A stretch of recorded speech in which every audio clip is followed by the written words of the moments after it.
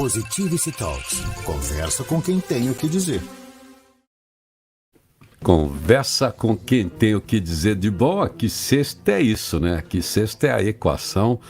Tá aí, reluzente, com esse verde neon. Flávia Lippe, para quem não está vendo, então a descrição de áudio, ela tá com os seus óculos style, com seu cabelo preto para frente, com um brinco, com uma blusa que ela pode colocar um capuz em cima por causa do frio, com o verde neon. Flávia Lippe, feliz dia novo. Feliz dia novo, amor. Ai, como eu adoro. Toda vez que eu realizo que você é um cara assim, que tem no seu DNA rádio, me dá uma alegria. Eu sou apaixonada por rádio. Pois é, esse aqui é o meu programa de rádio, quer dizer, para mim, tudo é rádio. Já falei isso várias vezes. O rádio primeiro inaugura, aliás, olha, essa semana que vem nós vamos inaugurar 100 anos de rádio, assim, oficial no Brasil, como transmissão mesmo, quer dizer, o grande veículo de massa, e ele, de certa forma, desenhou a estética, o formato da linguagem eletrônica. E mesmo agora nos podcasts, os bons podcasts observam metodologia, formato, estética, vinhetas, trilhas, roteiro, que não é simplesmente sair falando. Então, fico muito feliz com isso, porque eu que estou há 43 anos no rádio, nossa, é tempo, hein? 42, não, 44 anos no rádio. Nossa, nem era nascida. Estou 44 anos no rádio, então eu abro a boca, já sou rádio. Mas quando eu estou em palestra, quando estou em todo lugar, toda a internet é rádio. Mas enfim, mas é você sabe, gostoso. menino, que agora eu vi vários cursos, inclusive em escolas bem descoladas, assim, sobre como criar roteiros para podcast. E assim, eu acho que as pessoas estão entendendo que não é assim, se abre e sai falando, né? Sem roteiro nenhum, sem saber entrevistar, né?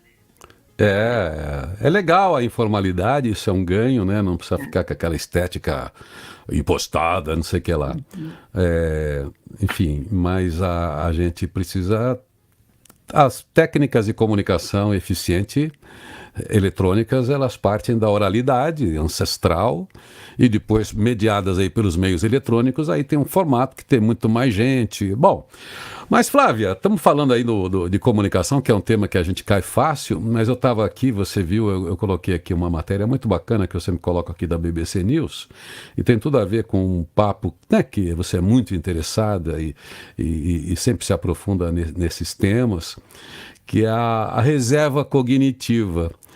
Quer dizer, eu tenho uma capacidade de administrar o meu jeito de ser, de ter autonomia a vida toda, alimentando o meu cérebro, não tirar ele não deixar o cérebro off. Como é que é isso?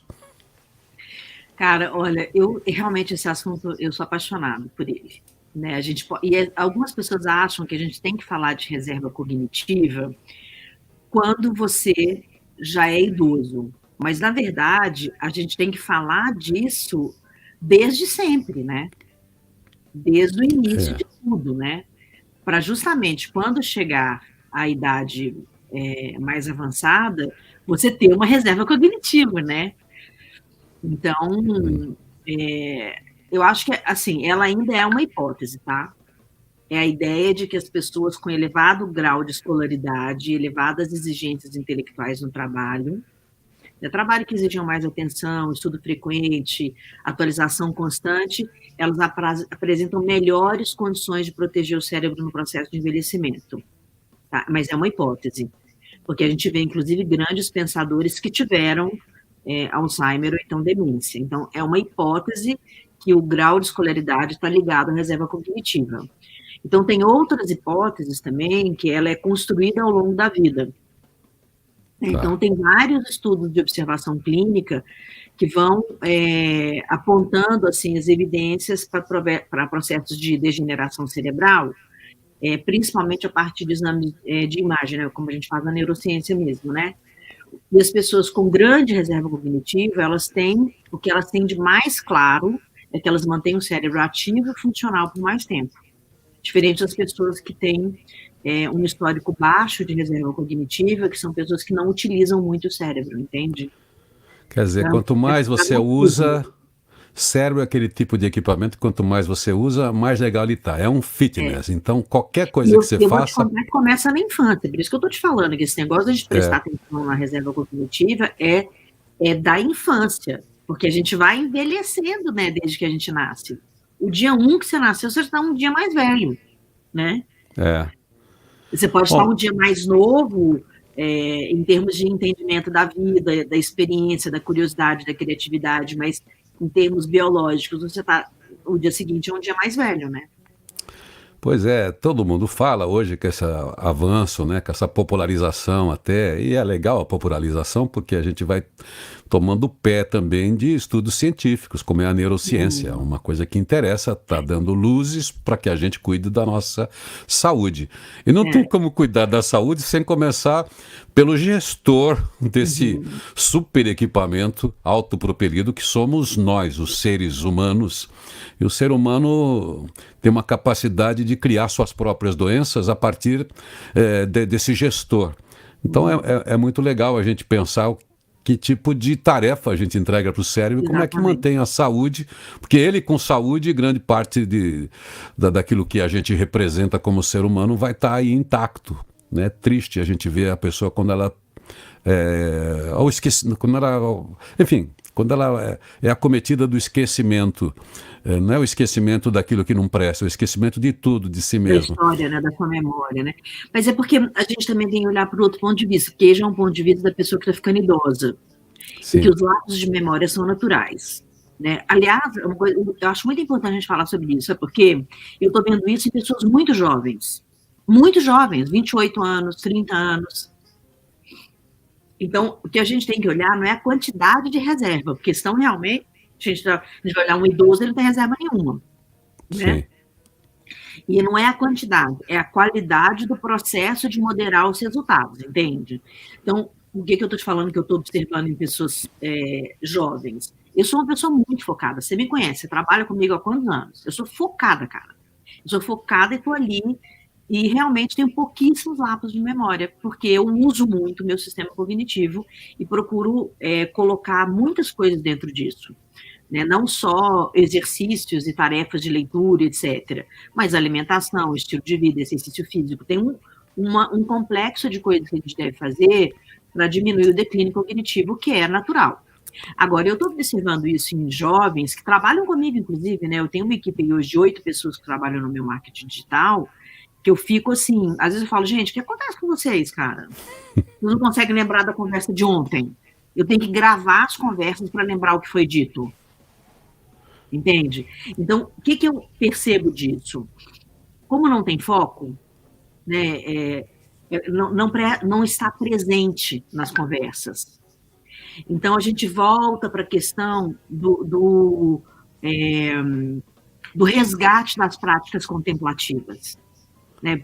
Pessoas que têm TDAH, por exemplo, eu tenho clientes que têm, não só um, né, mas não da moda. Né, que foram estudados e realmente têm isso observado desde a infância, já estão com mais de 40 anos e têm realmente essa síndrome, com 30 minutos de meditação, elas recuperam essas funções cognitivas. Então, eu acho que é super importante a gente mostrar que os testes, eles vão rastreando e identificando os processos de declínios cognitivos leves ou até mais elevados, como demências e até Alzheimer. E essas pontuações específicas, elas podem descrever um pouco dessa história dessa pessoa. Claro que tudo que a gente anota, a gente consegue transformar. Mas se a gente não resgatar as práticas contemplativas, a gente vai ficar em cima de medicações. Né? Então, a gente precisa ampliar e fazer essa expansão mental, né? de como que a gente quer realmente recuperar o nosso momento. Ô Flávia, você está falando de algumas práticas aí que a gente pode ter para recuperar, enfim, para não perder, enfim. Mas eu quero voltar a falar de você que tem super foco e tem essa clareza, essa rapidez, essa agilidade mental. Coincidentemente, você tem pais intelectuais, uma mãe artista, um pai intelectual, um pai estudioso, um pai que está com 90 anos ativo, né? Especialmente na área da psiquiatria, que foi, acho que, a área dele, assim, de saída, né? Embora ele seja um humanista maravilhoso. Mas, enfim, você tem essa hereditariedade. Eu sou um filho de um operário, então, meu pai e minha mãe, no fim, assim, da vida, eles chegaram a ter essa dificuldade. E outras pessoas aí. Quer dizer, também, acho que pela questão da hereditariedade, a gente sabendo o que os nossos pais passaram, assim como quem teve um pai que morreu de infarto aos 50 anos, uma mãe que teve um AVC com 50 e pouco, uma pessoa hoje pode se prevenir de um câncer, porque ele sabe que ele herda aquilo, que a pessoa consegue se antecipar. A questão também dessa nossa deficiência, de doenças mentais que possam nos limitar, também essas práticas que você começou a falar de meditação, são maneiras da gente falar assim, olha, meu equipamento veio talvez com um item de série aqui deficiente por causa das transferências genéticas, mas eu posso atualizar isso em função de exercícios. Seria uma maneira da gente repor essa capacidade cognitiva e não sofrer aquilo mesmo que os nossos pais sofreram, quem teve essa questão? Totalmente, porque se a gente fechar na pesquisa que disse que você precisa ter um alto índice de escolaridade, a gente está eliminando o aprendizado, entende? O aprendizado cognitivo. Né? Então, por isso que eu falo que a gente tem que resgatar a história da humanidade e resgatar as práticas contemplativas e a sabedoria dos nossos ancestrais. Então, assim, se você ensina uma pessoa a meditar e ela faz 30 minutos por dia, ela já tem eliminado todos os sintomas de TDAH, por exemplo. Então, isso já é uma coisa. Dentro desses sintomas estão o quê? Falta de foco, hiperatividade, falta de disciplina, né? São 30 minutos de meditação. Além disso, alimentação adequada. Eu tenho um negócio que eu criei que chama menu cabeça. Então, por exemplo, se você quer elevar o nível de serotonina, por exemplo, você come 2 bananas de manhã. Aí você vai aumentar triptofano, vitamina B6, que aumenta a quantidade de serotonina. Entende? Tudo isso a gente está falando de sistema cognitivo, porque também tem a ver com hormônio. Se você está triste, por exemplo, você pode tomar 2 colheres de mel por dia. O mel tem 90% do neurotransmissor do bom humor, que está dentro da serotonina. E produzido no intestino. Entende? É o que a matéria, né, da BBC falou agora há pouco. A gente fica falando assim, velhinha, fica fazendo palavra cruzada. Isso não vai te salvar. Não adianta você ficar só fazendo exercício. Não, ajuda, né? De pensar, né? Mas não é só isso, né? Não. Por exemplo, se a gente já falou de esquecimento, né? O brócolis mantém uma mente alerta. Então, se uma pessoa come 1 pires de brócolis por dia, ela tem ácido fólico, que acelera o processamento de informação no cérebro, você vai melhorar o seu sistema cognitivo. Então, a gente está falando de um complexo de comportamento que vai te trazer isso, né? Que vai trazer essa recuperação. Né? Se você está meio desanimado, por exemplo, uma fatia de tofu. E tem outras milhões de coisas que tem nesse menu cabeça que eu criei, que é um menu que traz, assim, grandes possibilidades, né, além de você, de fato, só fazer palavra cruzada, olhar os seus hormônios, fazer exercício físico, você precisa fazer de 20 a 30 minutos por dia, nada mais que isso. Entende? Não é um exercício só endereçado ao cérebro. Você é um ser inteiro, né? Tá tudo conectado, totalmente interligado. Integral, né? É o que você se alimenta, sabe? É o processo todo digestivo. Aí é toda a sua oxigenação. A meditação também ela nos ensina muito essas práticas de respirar, né? É a coisa absurda. Assim, mas como? Precisa alguém me ensinar a respirar? Sim, porque a gente, por causa da pressa, ansiedade, respira curto. Enfim, atrapalha todo um processo de alimentação de cada célula com esse nosso bombeamento por não ter essa concentração. Mas quer dizer, então, diga lá. Você sabe uma outra coisa importante que eu queria comentar? Assim, a gente tem falado muito dessa coisa do metaverso, da gente viver numa hipertecnologia e tudo tal. Só lembrando o seguinte, tudo que é fora a natureza planta, animal, montanha, pedra, árvore, rio, água, é realidade virtual. Por quê? Tudo que a gente tem como conceito foi criado por nós. Sim. A gente criou a ideia da religião, a gente criou a ideia da política, a gente criou a ideia de que um prédio é feito assim e a água desce assado, entende? Tudo isso são ideações que são virtuais.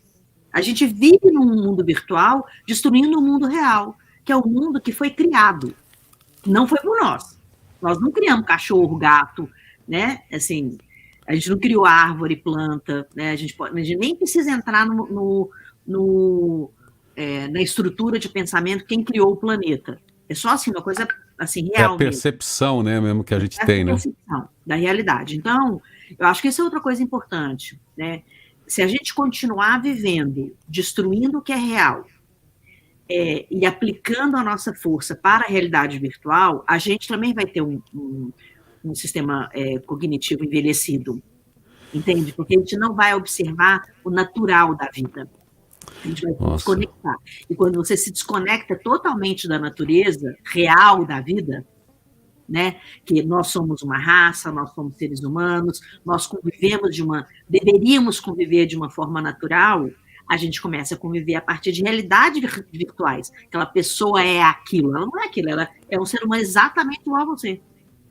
Né? Nossa, você falou um negócio, a gente vai voltar para temas que a gente já conversou aqui, mas é por causa desse mundo da hiperinformação, de como a gente vive sempre raso, e isso não deixa a gente construir memória, portanto não deixa a gente viver as coisas em profundidade. Quando a gente fala assim na internet, aquele preconceito contra textão. As pessoas estão com a sensação de que tem tanta coisa para ver que elas não querem ver nada em profundidade. Então nem a vida delas elas estão vivendo em profundidade aí. Não para pensar, não para ler um livro dentro do formato tradicional ou algum texto maior para poder pensar, raciocinar. E, com isso, a desconstrução ou a não construção de memórias, a gente não sabe o que vai acontecer com essa geração lá na frente, porque isso vai impactar isso que nós estamos falando aí, que é nosso sistema cognitivo. Sim. Se você não tem um arquivo consistente, então você está lidando sempre com a superfície. Então você está criando seres, vamos dizer assim, tem alguns cientistas que já tratam disso. Há uma hipótese da gente construir uma geração burra, que não vai saber resolver problemas simples lá na frente, porque tudo está vindo pronto, ou porque ela não está indo em profundidade em todas as questões da existência, que é a natureza, como você diz, é aquilo que fez a gente se tornar esse ser humano tão complexo e bonito que a gente é, né? Então, a gente tem que pensar assim, cara, faz uma avaliação. Se é destruído uma coisa física palpável que nós criamos, tipo Torres Gêmeas, uma grande mesquita, um templo enorme, enfim, todo mundo fica comovido.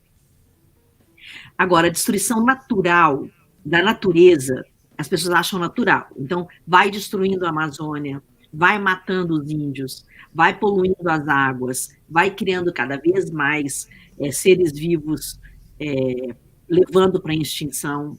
Cada dia, um ser vivo entra em extinção por dia, né? Assim, ou mais, agora já esqueci esse dado. Ninguém se comove. As pessoas, a gente tem que pensar nisso. A gente deixou de se comover com o que é verdade. A gente está comovido com o que é mentira, com o que é criado, com o que é ilusão. Enquanto a gente se comover com a ilusão, esquecer do que é vida de verdade, nós vamos adoecer nosso sistema cognitivo. Mas isso é tão profundo, né? Porque a gente, vamos falar já do cognitivo, quando a gente fala da tal revolução cognitiva, onde a gente se tornou humano, ganha alma, sentimentos, pensamento simbólico, passei a olhar para a cara da mina e falar, pô, ela é bonita, o olho dela ficou molhado quando eu falei tal coisa, ela entende poesia, comecei a ver a estética, comecei a ter compaixão, a sentir que ela sentia o mesmo que eu, quer dizer, nesse momento a gente evoluiu. Eu não sei se é reforma, se foi revolução cognitiva ou afetiva, ou nem se evoluiu.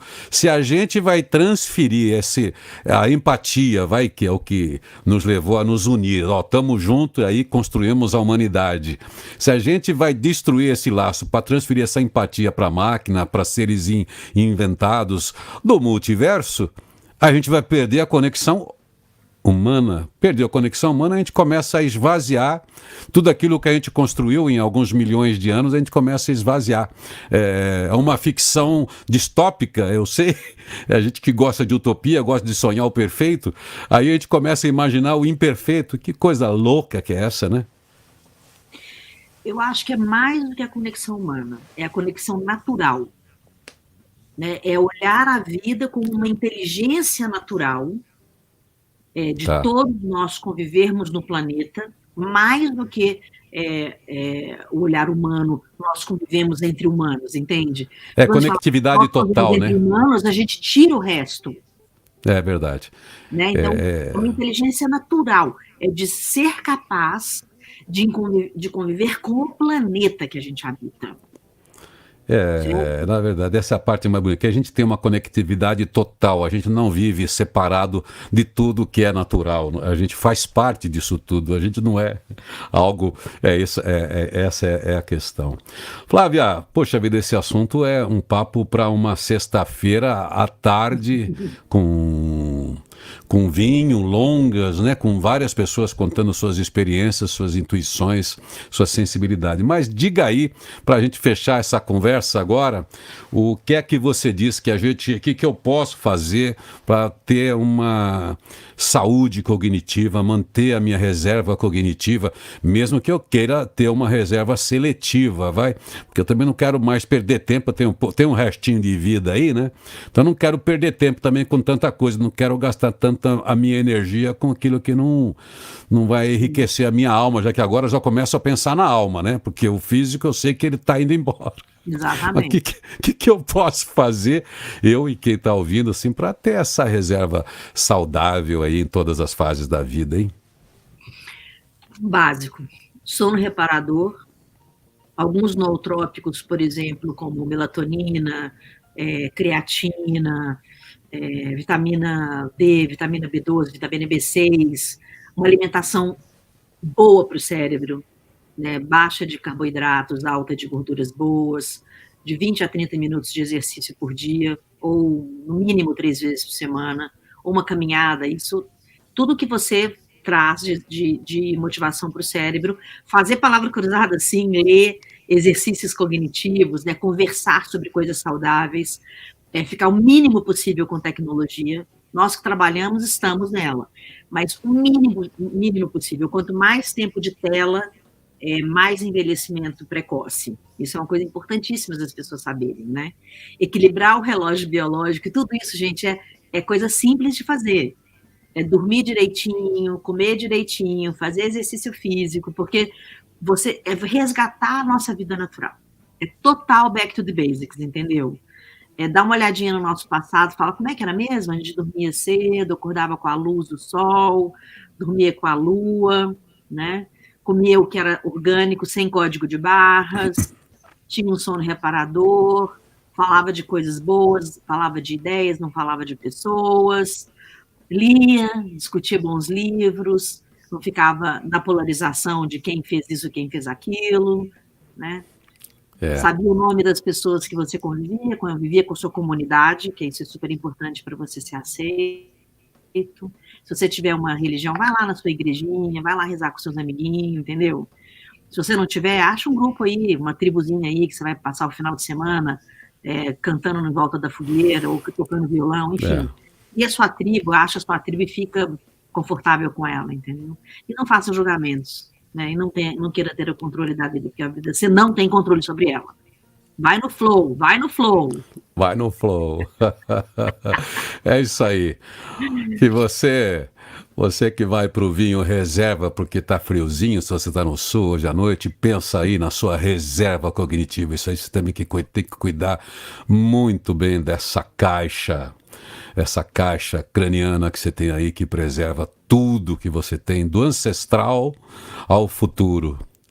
Flávia, obrigado mais uma vez aí por esse papo na nossa sexta pela equação. Beijo. Beijo. Tchau, tchau.